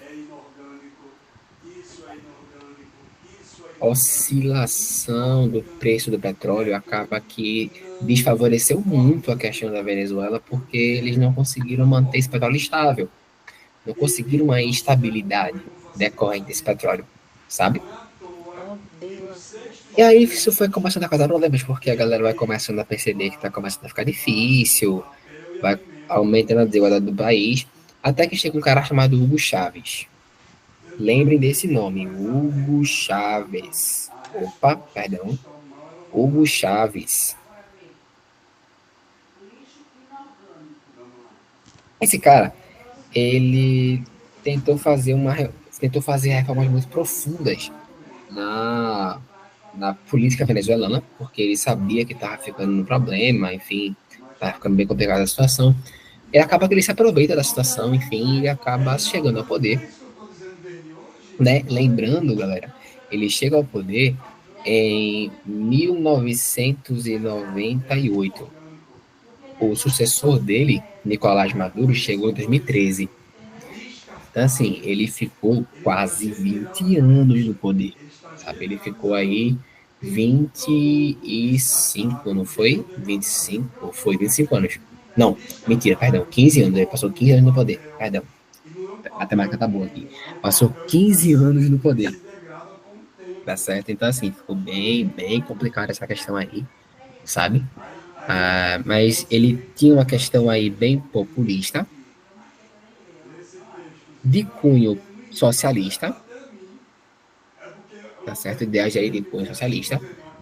E assim, essas mudanças que ele tentou trazer foram mudanças nacionalistas. Ele tentou trazer o chamada Revolução Bolivariana. Ele tentou trazer reformas mais nacionalistas, tentou se aproximar de países como a China, a Rússia e o Irã, tentando se afastar do domínio americano. O que acontece? Os Estados Unidos ele começa a impor sanções econômicas. As sanções econômicas americanas na Venezuela foram muito grandes. Sanções econômicas. E a culpa dos Estados Unidos, a questão da Venezuela? Em partes. Mas é importante lembrar que a Venezuela já passava por problemas econômicos muito antes das sanções americanas. As sanções americanas só começaram depois, mas a bronca da Venezuela veio muito antes, como a gente está vendo aqui agora. Você falir, exatamente. Crescer e falir. Cresce e depois fale por causa do petróleo, enfim, só coisa positiva. Mas, enfim, as sanções econômicas americanas prejudicaram bastante a Venezuela porque ela começou a ficar isolada. É isso? Em 1998, a gente não tinha a União Soviética já tinha caído, já tinha quebrado e tal, mas ainda tinha China, tinha essa galera toda, mas que Tem no teu ele não quarto. É conseguiu um aí mini. se manter, certo? Ele se manteve no poder até 2013, quando ele morre. Hugo Chávez morre e chega o seu sucessor, um carinha fofíssimo, só que não, chamado Nicolás Maduro. Nicolás Maduro. Não, ele não está verde, ele já está maduro. Perdão pela pedra horrível, mas é importante a gente se descontrair. Nicolás Maduro. Meu Deus do céu. Ai. Ele chega 2013. 2013. Será que ele era maduro mesmo, João? Assim, ou não? eu não acho que ele seja muito maduro, não, sabe? Mas. Vai ser máximo da gravação. Assim, eu não acho que ele seja muito maduro, não, sabe? Mas, enfim. Pelo menos os ideais democráticos dele não são muito maduros, não. Mas, enfim. Isso a gente releva. Mas vê só. O que acontece? Esse cara aqui, como ele era sucessor de Nicolás Maduro, ele continuou como ele era sucessor de Hugo Chávez, ele continuou os projetos de Chávez, né, os projetos aí nacionalistas, os projetos de manter a Venezuela fechada, manter a Venezuela para venezuelanos, digamos assim. Do mesmo jeito que os Estados Unidos fez a América para os americanos, ele tentou fazer a Venezuela para os venezuelanos. Que coisa forte, né? Bem, uma coisa maravilhosa, uma coisa perfeita. Não, mentira. Mas, enfim, o que acontece?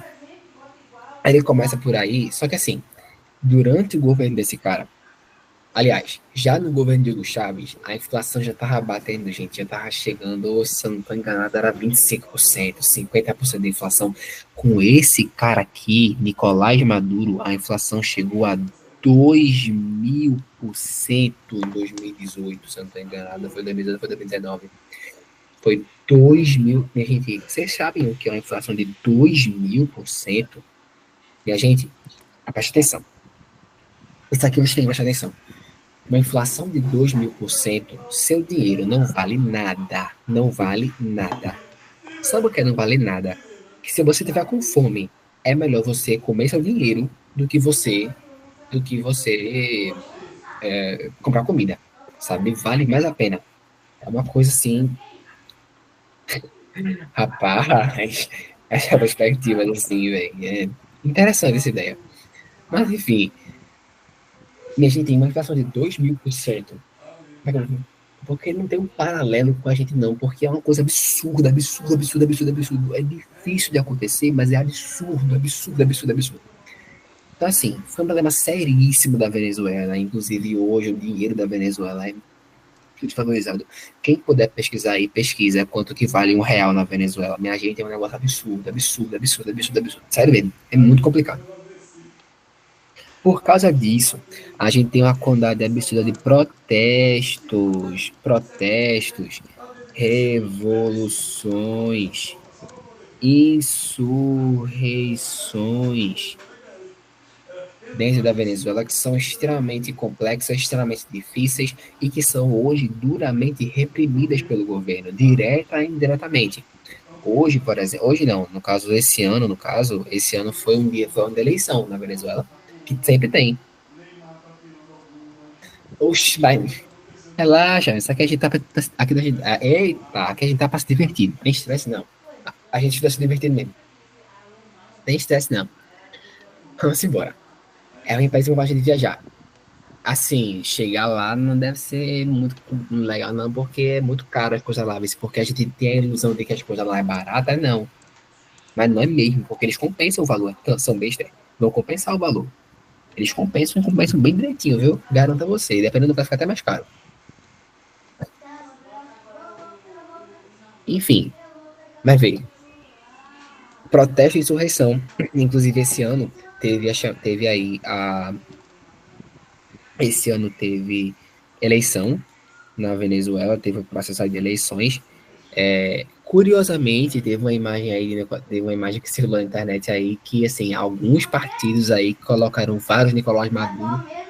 Assim, por alguma razão só tinha ele, assim, vários partidos. Não sei como isso acontece, não. Mas, enfim, tinha ele aí, tinha outras duas pessoas. Uma mulher, não lembro quem era, não. Uma mulher e um outro cara lá, não lembro quem era.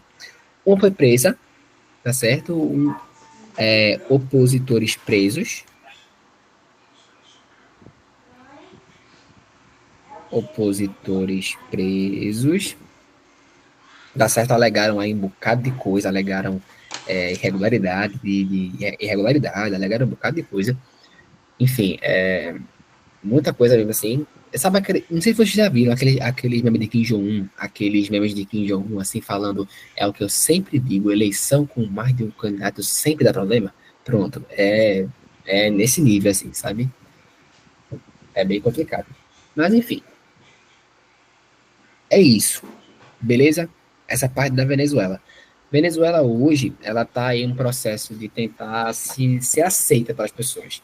Porque hoje a gente sabe que a Venezuela participa do, do Mercosul. Vou até colocar isso ali. A Venezuela participa sim do Mercosul, tá certo? Calma. Inclusive, uma tentativa de Lula é tentar trazer o Mercosul, digamos, mais pro foco, digamos assim, tentar abraçar o Mercosul, né? É uma ideia aí do atual presidente, tentar trazer o Mercosul à tona. Isso tem lá seus problemas, tem lá suas coisas positivas, mas vamos abordar isso agora não. Bem, aí a Venezuela hoje faz parte do bloco chamado Mercosul, do qual o Brasil também faz parte. Mas hoje a Venezuela é suspensa do Mercosul, porque, enfim, tem uma série de problemas e tal. A Venezuela faz parte do Mercosul, faz parte da ONU também, se eu não estou enganado, tá certo? Então é isso. Parte da Venezuela aí é isso. Ela tem um problema aí para a questão de ser aceita pelas pessoas, porque a galera critica bastante o governo de Nicolás Maduro, porque é um governo que a gente sabe que é ditatorial, um governo que, inclusive, por causa do governo, a gente vê muito venezuelano passando na rua de Recife, ruas de São Paulo, Rio de Janeiro, enfim. Essa parte é bem complexa por causa disso, sabe? Perdão. Mas é isso, tá? Inclusive, a crise migratória da Venezuela também é outro fator. Vou até colocar aqui também. Crise migratória, porque por causa de todo esse processo aí de alta inflação, alta repressão, perseguição, quase uma guerra civil que aconteceu esse ano também, quase uma guerra civil que houve, protestos nunca antes vistos na Venezuela, enfim, coisa bem grave mesmo. A galera tenta sair muito de lá porque é muito perigoso, é um lugar muito que hoje está bem complexo, sabe? Então aí é um dos motivos, beleza? Da questão da crise migratória que a Venezuela participa, beleza? Deu pra entender? Deu pra entender?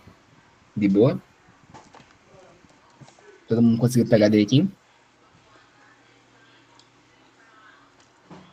Por favor, galera, mandem aí, porque senão eu fico triste. Vocês não mandam, minha gente. Ficam tristes sem vocês. Mandem.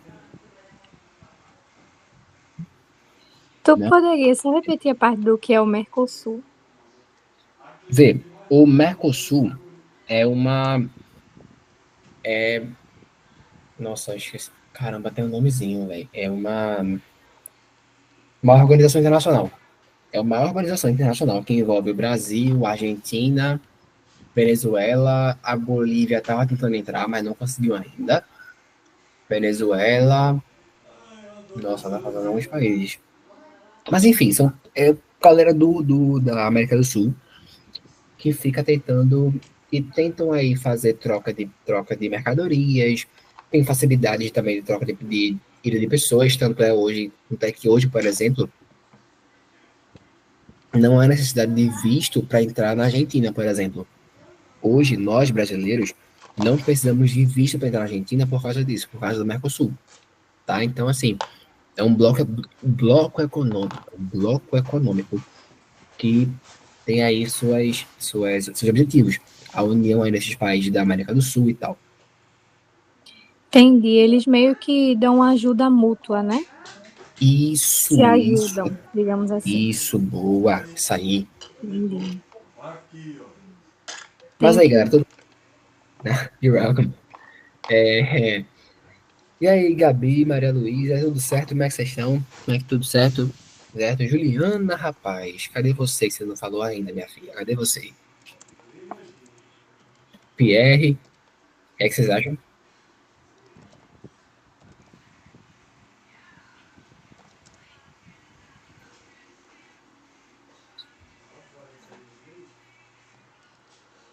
Ok, de boa, de boa.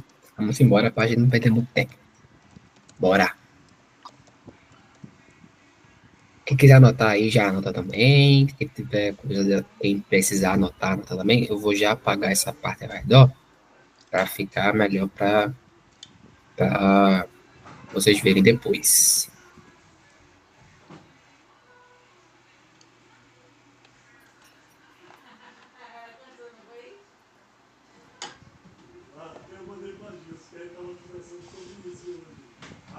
Bem, isso aqui tudo aqui é Venezuela. É importante também a gente comentar. O que mais que a gente pode falar agora? Vamos falar sobre a Argentina. Não é uma coisa positiva. Fala sobre a Argentina. Vamos lá. A Argentina, povo. A Argentina é um país que. Vou apagar aquele lado, tá? Posso apagar?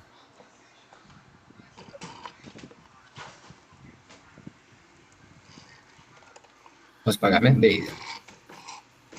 Bem, a Argentina é um país que teve uma história, digamos, bem triste, sabe? Inclusive, eu me sentiria, se eu fosse argentino, eu me sentiria bem decepcionado comigo mesmo, porque a Argentina, não parece, mas a Argentina já foi um país muito rico, muito, muito rico, não é brincadeira não, muito rico mesmo. Falar sobre a Argentina. Já foi um país muito, muito, muito, muito rico mesmo. Já esteve aí entre os 5 países mais ricos do mundo, assim, muito, muito rico mesmo. O que acontece? A Argentina, ela também foi colonizada por espanhóis. Percebam que a Espanha tem lá o seu histórico, né? A gente percebe que os países colonizados pela Espanha têm seu histórico, têm aí seus problemas, né? Vamos lá. Espanha, colonizada pela nossa queridíssima Espanha, porém conseguiu sua independência conseguiu aí sua independência em 1816, ano de 1816, conseguiu se livrar do domínio dos espanhóis, beleza? O que acontece? Esse processo argentino, eles foram de um país muito rico para um país pobre e ficou nessa oscilação, sabe? Ficou aí numa oscilação até que século XX, chegou um cara chamado Juan Perón, no ciclo do peronismo. Peronismo. Isso aí foi século XX, já no século XX, tá certo? Mais especificamente em 1946, tá certo? Esse cara aqui, ele começou um regime mais populista, digamos, mais perto do socialismo, sabe? Regime populista, não vou colocar socialista não, mas vamos colocar mais populista e nacionalista, tá? O que acontece? Esse cara aqui, ele acabou polarizando bastante a sociedade, porque a gente tem que lembrar que 1946 é o ano que logo depois da Segunda Guerra Mundial. Então, nesse processo, a gente tá começando aqui algo chamado Guerra Fria. E na Guerra Fria, a gente começou um processo de luta entre os chamados capitalistas contra a galera do... Eu não quero desenhar isso, não. A galera do comunismo. Tá certo? Não acredito que eu consegui desenhar, não. É porque eu desenho muito bem, né, minha gente? Então, enfim, mas dá pra entender, né? Capitalismo, comunismo. Decolar essa luta entre os dois. E esse processo da Guerra Fria foi um processo de luta entre os dois, e ser populista nesse período não era uma coisa interessante, porque a galera começava a confundir com o capitalismo com o socialismo. Então, hoje a gente sabe que os Estados Unidos tiveram lá um dedinho nisso, em que eles começaram a tentar afetar esses presidentes, essas pessoas que eram ali de característica mais populista, para evitar uma ascensão socialista nestes lugares, para evitar esse contágio socialista nestes lugares. Aí acontece o quê? Esse cara, ele tava fazendo... inclusive, importante dizer, é uma ditadura, tá? Era uma ditadura. Bem importante dizer também. Perón não era santinho, não, era uma ditadura. Até que chega um processo de uma ditadura militar na região.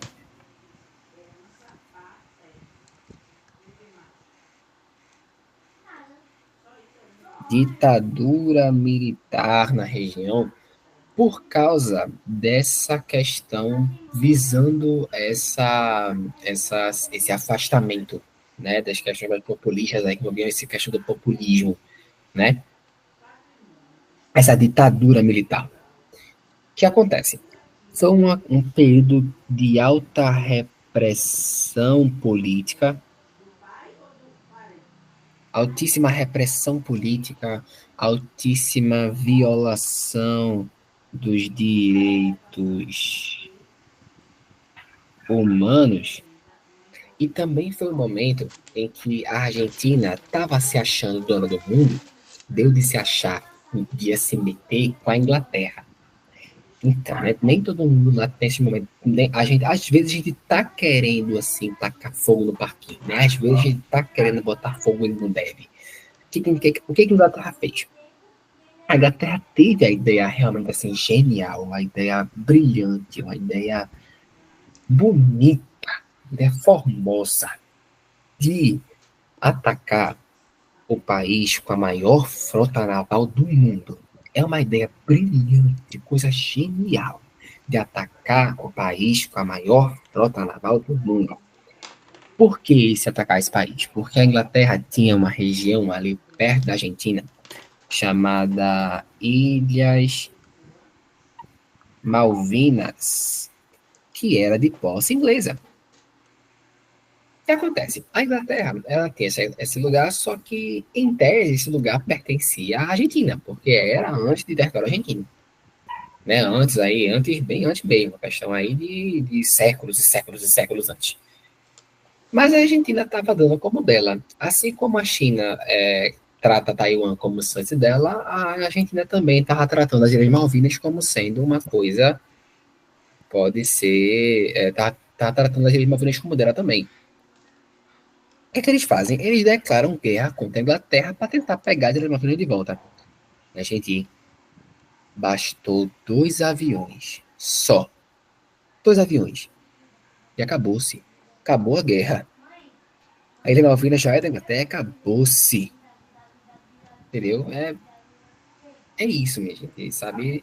Moral da história, crianças, não briguem com a Inglaterra quando você não sabe quando você não sabe o que está fazendo, não brigue com a Inglaterra.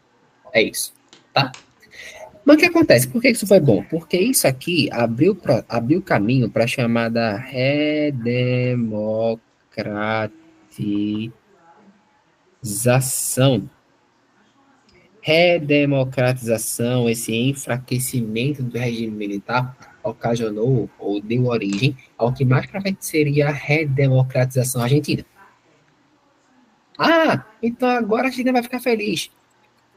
Não, infelizmente a Argentina não vive feliz. Argentinos, infelizmente, não têm paz. Infelizmente, né? Enfim, a gente quer que tenha paz? Não, mas a gente deixa isso quieto, né? Bora lá. Vamos embora. Esse pessoal aqui, lá na década de 90, eles começaram a tentar colocar as políticas neoliberais. Começaram a tentar tratar as políticas neoliberalismo argentino, para tentar controlar a crise. Porque até aqui a gente estava com uma crise muito alta, uma crise muito complicada, uma inflação muito grande por causa de todo esse processo. Uma guerra, minha gente, quando a gente fala assim, não, uma guerra perde 2 lados, não é brincadeira, não. A gente gasta, é um gasto muito grande, é um processo de gasto financeiro, gasto de pessoas, todo mundo sai perdendo. Então, assim, aqui a gente começou com um processo de inflação muito grande, foi todo um processo. E esse pessoal aqui, depois da guerra, começou a tentar trazer o neoliberalismo de volta, tentar trazer o neoliberalismo, a ciência do neoliberalismo na Argentina, tá certo? Para tentar combater a crise e tal. Mas o que acontece? A tentativa de instaurar um neoliberalismo foi fracassada, porque o neoliberalismo acabou provocando cada vez mais crises por causa de toda a dívida externa que a Argentina tinha, dívida externa, que a Argentina tinha uma dívida externa enorme, então, enfim, acabou dando problema, e acabou gerando o chamado de recessão, porque a recessão, basicamente, é quando o governo fale, quando há falência do governo, a gente tem recessão, sabe? Bem complicado também. Até que chegou um carinha. Calma, deixa eu só ver aqui um pouquinho. Isso aqui é a última, galera. Fique tranquilo aí que essa aqui é a última. Vocês vão descansar daqui a pouquinho. Olha só. Chegou um carinha. Carinha. Chamado Mulher, meu celular Kirchner. não, espera aí. Esse carinha aqui, ele tentou trazer políticas mais intervencionistas. Dizia assim o seguinte, olha, o que é do neoliberalismo? O neoliberalismo dizia que o Estado tem que ser mínimo. Se o Estado mínimo não deu certo, vamos ver se com o Estado a gente consegue. Então, bora ver se com o Estado a gente consegue. Políticas intervencionistas. Por que intervencionista? Porque o Estado intervém na economia. É quando o Estado intervém na economia, quando o dedinho do Estado está lá na economia, sabe? Quando o Estado não se abstém da economia, tá? Eu vou dar uma olhada para ver se eu não. O que acontece? Esse carinha aqui, ele até consegue fortalecer as relações, comerciais com o Brasil, com o Chile, com essa galera aí. ele consegue dar uma respirada na economia. Só que, qual que é o problema? A, a mulher dele, olha, isso não é um problema ainda não, calma. A mulher dele vai ao poder, continua lá o processo. Enfim, a mulher dele o sucede. E depois disso, Eu começa a lembro. volta da crise. A Eu lembro, eu acho que eu fiz com o volta Francisco. Ou eu fiz contigo. da crise em Achando que foi com o 2015. Francisco. 2015 Agora, começa o de retorno da Francisco crise, geralmente já começa todo um comigo, né? Os processo. papéis. Então, Então, não dá. assim, É porque eu rapidinho, procurei galera. já na minha pasta, eu não achei. Eu vou ver no meu antigo caderno. Eu vou pegar crise.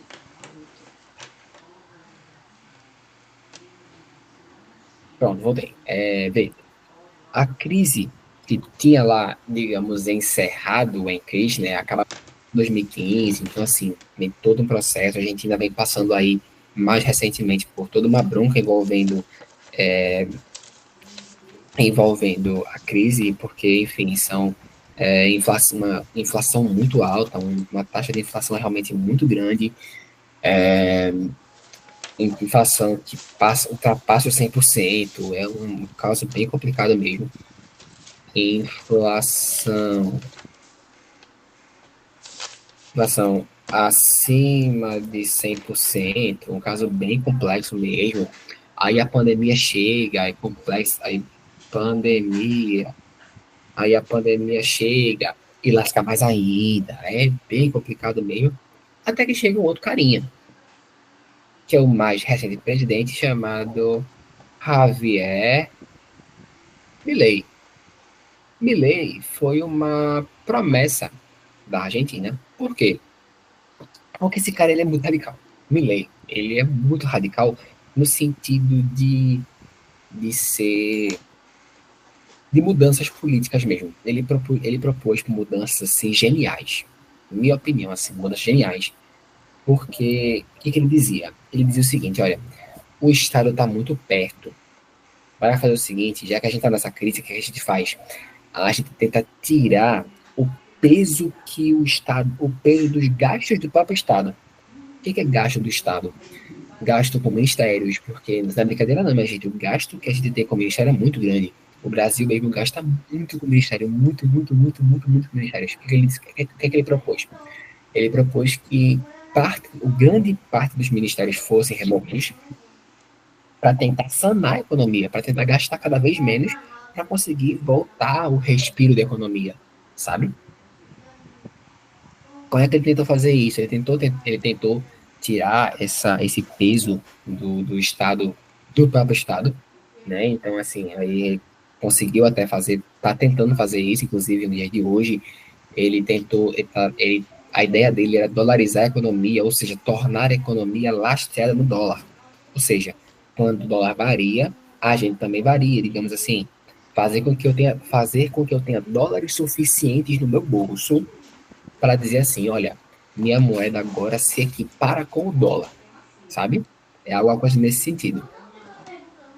E agora a gente tem que ver os Deixa eu desdobramentos terminar disso, aqui, porque ainda falta porque estudar esse geografia. cara, é uma promessa da Argentina. A Argentina prometeu muito com o Milei, né? Prometeu aí fazer uma revolução, prometeu ser totalmente diferente, prometeu uma coisa nova realmente com o Javier Milei.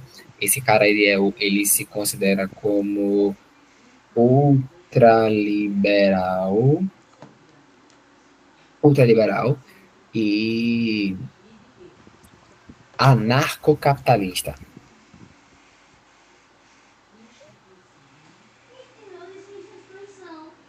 Cara, o anarcocapitalismo é o capitalismo nível hard mesmo, assim, nível hard. É aquele cara assim que, olha, está do zero, zero, e quando eu digo zero, é zero mesmo, assim. Sem nada, nada, nada, nada, nada, nada. Assim, zero, sabe? Mas todo mundo vendo no capitalismo, tudo certo, vai dar tudo certo. Leva ao extremo a ideia de meu Deus. Ô, rapaz, do cara lá liberalismo, o criador do capitalismo.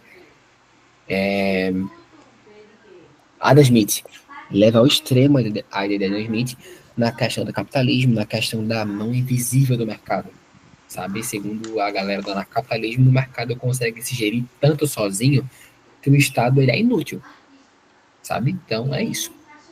Galera, é isso. Parte de geopolítica é isso. Espero que tenha conseguido entender, espero que tenha tudo certo, todo mundo conseguiu pegar direitinho de verdade, todo mundo conseguiu entender. Todo mundo tá de boa, tranquilo.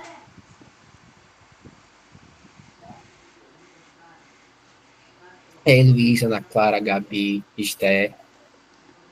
Sim, tranquilo, de boa, suave. Então é isso, pessoal. Espero que vocês tenham gostado, que tenham entendido aí tudo direitinho. No âmbito geral é isso, tá certo?